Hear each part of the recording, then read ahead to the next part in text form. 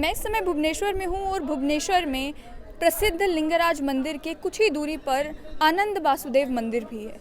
आनंद वासुदेव मंदिर के परिसर में मैं इस समय हूँ और मेरे पीछे ये जो आप कलिंगा समय का आर्किटेक्चर देख रहे हैं, ये मंदिर आनंद वासुदेव मंदिर है। इस मंदिर की अपनी कुछ खासियतें हैं। इस मंदिर में 56 प्रकार के भोग बनते हैं, मिट्टी की हांडियों में ये भोग बनाए जाते हैं। और हमने यहाँ पर भी पंडित जी से बात की ताकि वो हमें बता सकें कि इस मंदिर की मान्यता क्या है और ये जो भोग यहाँ पर बनता है बिल्कुल उसी तरीके से जिस तरीके से पुरी में जगन्नाथ मंदिर में भोग बनाया जाता है, वैसे ही यहाँ पर भी भोग बनाया जाता है। बिंदुसागर लेक के बिल्कुल नज़दीक इस अनंत वासुदेव मंदिर की खूबसूरती देखते ही बनती है। जितने भी स्ट्रक्चर्स इस मंदिर के अंदर हैं उस पर आपको कलिंगा आर्किटेक्चर की छाप नज़र आएगी। इस मंदिर के इतिहास की अगर बात की जाए तो कहा यह जाता है कि 13th सेंचुरी में ये मंदिर बनाया गया था और इस मंदिर के अंदर भगवान कृष्ण, बलराम और सुभद्रा की पूजा की जाती है। ये भोग मंडप है, यज्ञ मंडप है। ये यज्ञ मंडप लोकनाथ का भी मंदिर है, जैसे पूरी मंदिर में लोकनाथ है ना, हाँ, यहाँ पर भी लोकनाथ है। अच्छा। यहाँ पर 56 प्रकार का आइटम का भोग लगता है। 56 प्रकार के आइटम्स का भोग। पूरी में भी 56 प्रकार का आइटम भोग लगता है। अच्छा। जाति लोग आते हैं ना, तो इनको उनका नाम गोत्र से चढ़ाते हैं। अच्छा। तो यहाँ पर जो जाति लोग आते हैं वो पिताजी के नाम से, माताजी के नाम से, बेटा बेटी के नाम से भोग लगाते हैं। 5 गरीब लोग, 5 11 बामू लोग खाते हैं। अच्छा। 151 रुपया से स्टार्ट होता है। अच्छा। अगर आप मंदिर की ओर देखते हैं तो मंदिर का आर्किटेक्चर, ये कारीगरी, ये नक्काशी, ये सारी चीज़ें बिल्कुल लिंगराज मंदिर के जैसी नज़र आती हैं। मंदिर के परिसर में ही आपको मिट्टी की हांडियों में ये भोग तैयार होता नज़र आएगा। इस भोग के बारे में भी जब हमने पंडित जी से पूछा तो उन्होंने कहा कि इस भोग में भी कुछ सामग्री है जिसका इस्तेमाल नहीं किया जाता। यहाँ पर तेल का इस्तेमाल बिल्कुल नहीं किया जाता। चूल्हे के ऊपर आग जलाकर बिल्कुल पुराने समय की तरह यहाँ पर भोग बनाया जाता है और मंदिर के अंदर गैस तक अलाउड नहीं है। आइटम का भोग लगता है, गरीब लोग, बामू लोग खाते हैं। पिताजी के नाम से, माताजी के नाम से जो भोग लगाते हैं, जो गुजर गए हैं, यहाँ पर भी भोग लगता है। बामू लोग, गरीब लोग खाते हैं, इनको दुआई देते हैं। तो ये सारे इन्हीं मिट्टी के बर्तनों में बनता है? हाँ, मिट्टी के हांडियों में बनाते हैं। हाँ। तो लकड़ियों के ऊपर ही बनाया जाता है? लकड़ी यहाँ पर हमारा चूल्हा में है, गैस का वो गैस फैस नहीं है। गैस नहीं है। मतलब पुराने ऐतिहासिक तरीके से यहाँ पर भोग बनाते हैं। हाँ। तो भोग जो बनाते भी है उसमें कुछ ऐसा है कि कुछ सामग्री नहीं डालते हैं जो इस्तेमाल नहीं होती है मंदिर में? देसी के में डालते हैं, देसी में कुछ बाजार से खरीद के नहीं आते हैं, हम रोज हाथ में बनाते हैं। अच्छा। हाथ में बनाकर हम ही करते हैं। तो क्या बनता क्या क्या है यहाँ पर? या विभिन्न प्रकार का आइटम बनाते हैं। 56 भोग? हाँ, 56 प्रकार का भोग बनाते हैं। सूखा वाला भोग भी लगता है। अच्छा। तो ये सारा जो भोग बनता है भगवान को भी यही चढ़ता है और लोग भी यही वाला खाते हैं?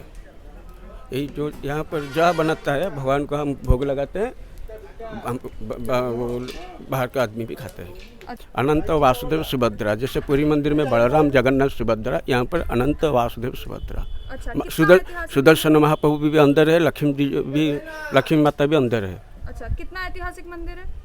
ये तो 2000 साल का पुराना मंदिर है ना। 2000 साल पुराना है? पुराना। तो ये जो इसकी नक्काशी कलिंगा के समय की है? हाँ, कलिंगा के समय, वही समय से। हाँ। मान्यता क्या है इस मंदिर की? मान्यता क्या है, ये पूरी श्रीक्षेत्र, ये है एकाम क्षेत्र, ये है कर्म करता यहाँ का। अच्छा। एकाम क्षेत्र का कर्म करता है ये पहला वाला, मैंने जो बोलेंगे ये सच्चा होगा। इस मंदिर के पंडित प्रभात महापात्रा जी इस समय मेरे साथ हैं। इन्हीं से इस मंदिर के इतिहास के बारे में और इस मंदिर की मान्यता के बारे में जानेंगे। सबसे पहले पुजारी जी, आप मुझे बताएं कि ये मंदिर कितने साल पुराना है? ये मंदिर 1278 का है। रानी चंद्रिका देवी ये मंदिर को बनाए हैं। जो कोणार्क मंदिर के बारे में आप जानते हैं? जी। कोणार्क मंदिर जो राजा बनाए हैं, नरसिंह देव, लांगुड़ा नरसिंह देव, उनके बहन हैं चंद्रिका देवी। ये इस मंदिर को 1278 में बनाए हैं। इस मंदिर की क्या मान्यता है? हम आपको शिव पुराण के उत्तरखंड का बात बोल रहे हैं। आपने मंदिर के बाहर एक सरोवर देखा, उसका नाम बिंदु सरोवर है। ये बिंदु सरोवर का जब प्रतिष्ठा हुआ, प्रतिष्ठा में यहाँ पे लिंगराज भगवान के आग्रह पर अनंत भगवान, विष्णु भगवान और ब्रह्मा जी को निमंत्रण हुआ था। ब्रह्मा जी पुरोहित बने और अनंत भगवान, विष्णु भगवान सरोवर के कर्ता।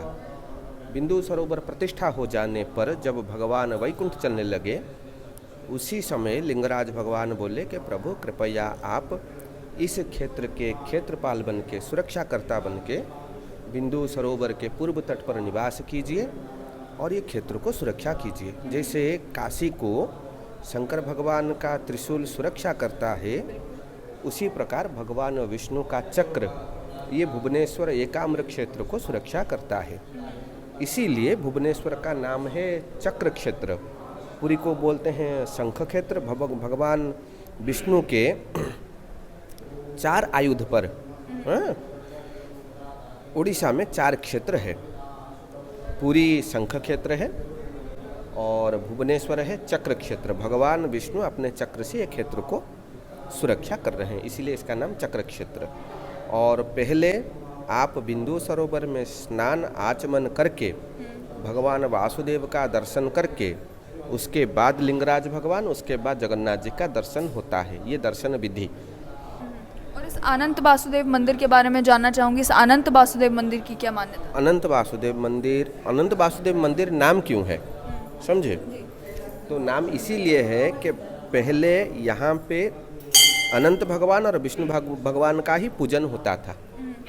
शिव पुराण के उत्तरखंड के अनुसार ये अनंत वासुदेव जी का मंदिर है, क्योंकि अनंत भगवान और वासुदेव भगवान ये दोनों ठाकुर जी यहाँ पे पूजा होते थे। बाद में जब जगन्नाथ जी का पूजन हुआ, सुभद्रा माता वहाँ पे विराजमान किए और उसी प्रकार से यहाँ पे भी सुभद्रा माता विराजमान किए। लेकिन पुराण के हिसाब से देखें तो यहाँ पे सिर्फ अनंत भगवान और वासुदेव भगवान के बारे में ही वर्णन है।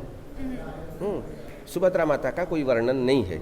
शिव पुराण उत्तरखंड के हिसाब से यहाँ पे अनंत भगवान और विष्णु भगवान क्षेत्रपाल के स्वरूप में विराजमान हैं।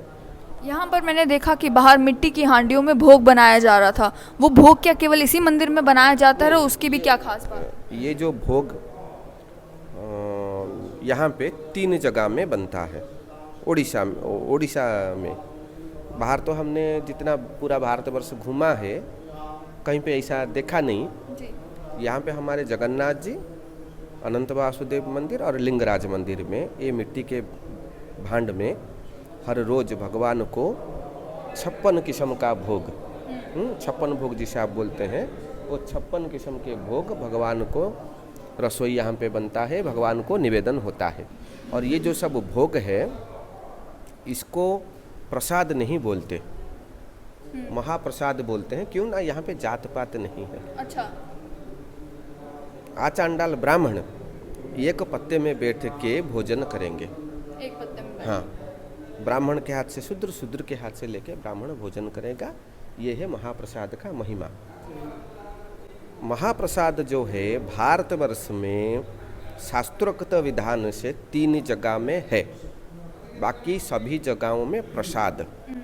महाप्रसाद जो है ये 3 जगह में भारतवर्ष में, एक है तिरुपति जी, दूसरा पुरी, तीसरा भुवनेश्वर।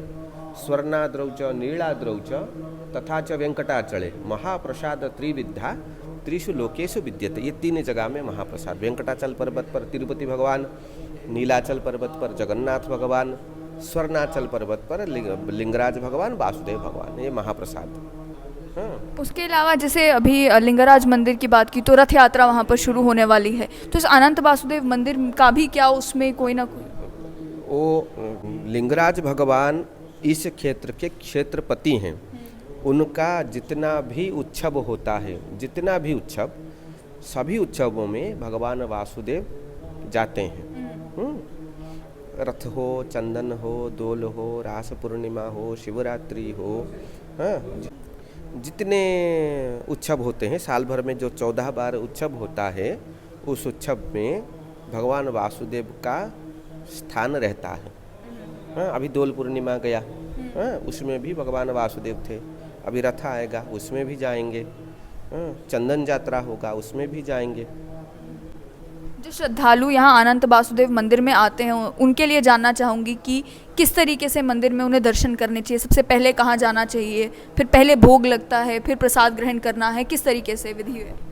ये तो पुराण के हिसाब से आदौ बिंदु हृदय स्नात्वा दृष्ट्वा वै पुरुषोत्तम सिंहद्वार नमस्कृत्य प्रविश्य हर मंदिरम।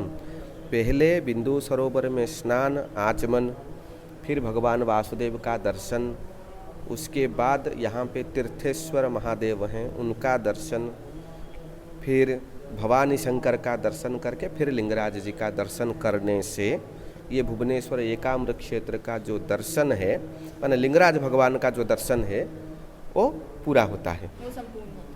और फिर लिंगराज मंदिर में भी अष्टमूर्ति का दर्शन का विधान है, लेकिन पहले सरोवर में स्नान आचमन, फिर भगवान वासुदेव का दर्शन, उसके बाद उस अष्टमूर्ति का दर्शन होता है।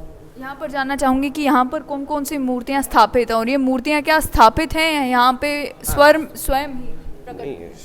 स्वप्रकट तो नहीं है, लेकिन पुराण जो बोलता है कि पहले बृहस्पति जी पूजा करते थे, उसके बाद बृहस्पति जी इंद्र को दिए।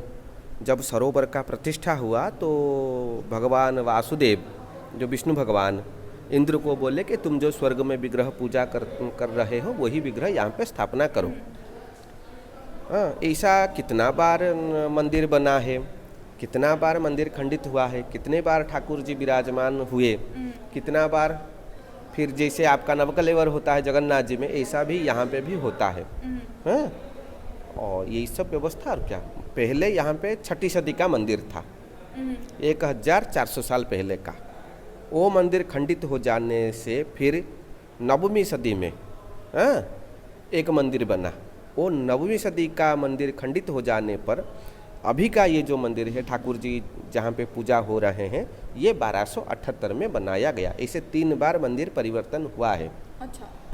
भोग के बारे में भी जानना चाहूँगी कि भोग क्या यहाँ पर कोई भी आम श्रद्धालु जो आता है वो भी यहाँ पर भोग लगा सकता है या फिर केवल मंदिर की तरफ से ही लगाया जाता है? नहीं, आप आम श्रद्धालु पैसा डिपॉजिट करके अपने भोग लगा सकते हैं और भोग भी ले भी सकते हैं। ऐसा नहीं कि आप पैसा दिए हैं भोग के लिए, भगवान के पास निवेदन हो गया, आप अपने आप घर भी जा सकते हैं, ले सकते हैं। भोग जो है वो आम लोगों में फिर बांट दिया जाए। आम लोगों में बांट दिया जाता है। भोग को लेकर भी जानना चाहूँगी कि भोग को लेकर भी मैंने सुना ये है कि यहाँ पर कुछ एक सामग्री है जिसका इस्तेमाल नहीं किया जाता है, बिल्कुल वर्जित है मंदिर में। वो आपसे जानना चाहूँगी कि क्या वजह? मंदिर में तेल नहीं आता है। अच्छा। सभी चीज़ घी में बनेगा। बर्तन सिर्फ मिट्टी का ही होगा, दूसरे बर्तन का प्रयोग नहीं होगा। और लकड़ी पर बनता है? हाँ, सभी चीज़ लकड़ी में ही बनेगा, गैस वगैरह अलाउ नहीं है। आलू, गोभी, टमाटर, और आपके प्याज लहसुन तो आता ही नहीं है, और मिर्ची भी मंदिर में बारण है, मिर्ची भी नहीं आता है। हाँ। क्या वजह क्या है उसकी? ये ब्लैक जो आप क्या बोलते हैं उसको, ब्लैक पेपर ना क्या बोलते हैं, काली मिर्च, वही इस्तेमाल होता है।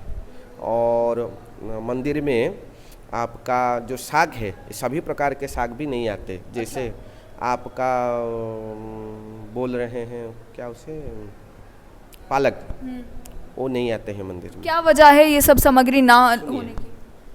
प्रत्येक खाने की सामग्री का एक एक महत्व है।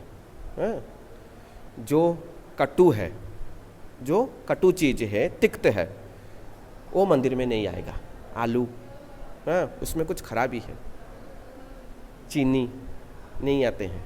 अच्छा। गुड़ में बनते हैं सभी चीज़, समझे। अच्छा। सभी प्रकार के दाल भी मंदिर में नहीं आते। मूंग और हरहर, यही 2 चीज़ आएंगे। बहुत बहुत शुक्रिया। तो आनंद वासुदेव मंदिर का इतिहास भी हमने आपको बता दिया है और इस मंदिर की मान्यता भी हमने आपको बता दी। अलग अलग प्रकार के भोग भी यहाँ पर बनाए जाते हैं और वो भोग भी जो बनाए जाते हैं, इनका ये कहना है कि यहाँ पर जात पात में विश्वास नहीं किया जाता है। इसके साथ साथ में ये बताया कि ये मंदिर हज़ारों साल पुराना है और इस मंदिर की भी अपनी एक खासियत है।